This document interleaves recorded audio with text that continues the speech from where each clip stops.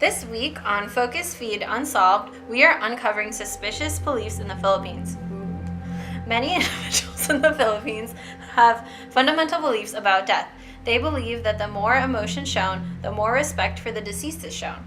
For this reason, it is a public tradition that the family spends a lot of money on the food offered during this visitation: the casket, the flowers, the service, and the burial place. Though they don't care to admit it, Filipinos judge the life and stature of the deceased by the number of people gathered for the funeral, where they talk openly about the deceased person. Some superstitious beliefs about wakes and funerals are as follows. Don't bring any food served at the wake home, or else the deceased will follow you home. The elderly believe that after the funeral, they can hear footsteps in the house. For this reason, the deceased should not wear shoes inside the casket. Money supposedly saved to put together the funeral should be used for the funeral and nothing else. If my family had money to spend after my death, I would want them to move to like a nice house, you know? Like, they don't have to spend it all on me. I don't mean to be disrespectful, but I'm gone. Yeah, I would want my family to keep the money and use it for something like, for themselves. Yeah. Failure to do so, and you will be haunted by the deceased. One story takes place in Manila, where a girl named Jen claimed to have seen the spirit of her grandfather. She was 12 years old when her grandfather died. During the wake, she went in and up to the casket and looked down at her grandfather. Out of her fidgeting habits, she unconsciously knocked on the casket. After 3 minutes, her aunt pulled her away and scolded her.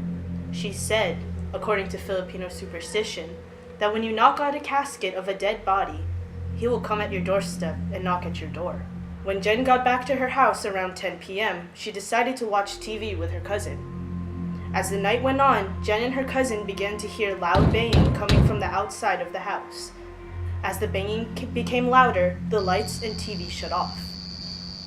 It was then that Jen heard the same knocking sounds that she did on her grandfather's casket. Yikes. That's really scary. I'm creeped out now. Do you think it was just... Maybe it was just raining. It rains a lot Doesn't it rain a lot in the capital of the Philippines? Yeah, Manila. Yeah, it rains a lot. It could have just been the rain. Nah. We're all very superstitious. I think that's a Filipino thing. You're right. They heard the same knocking sounds on the door.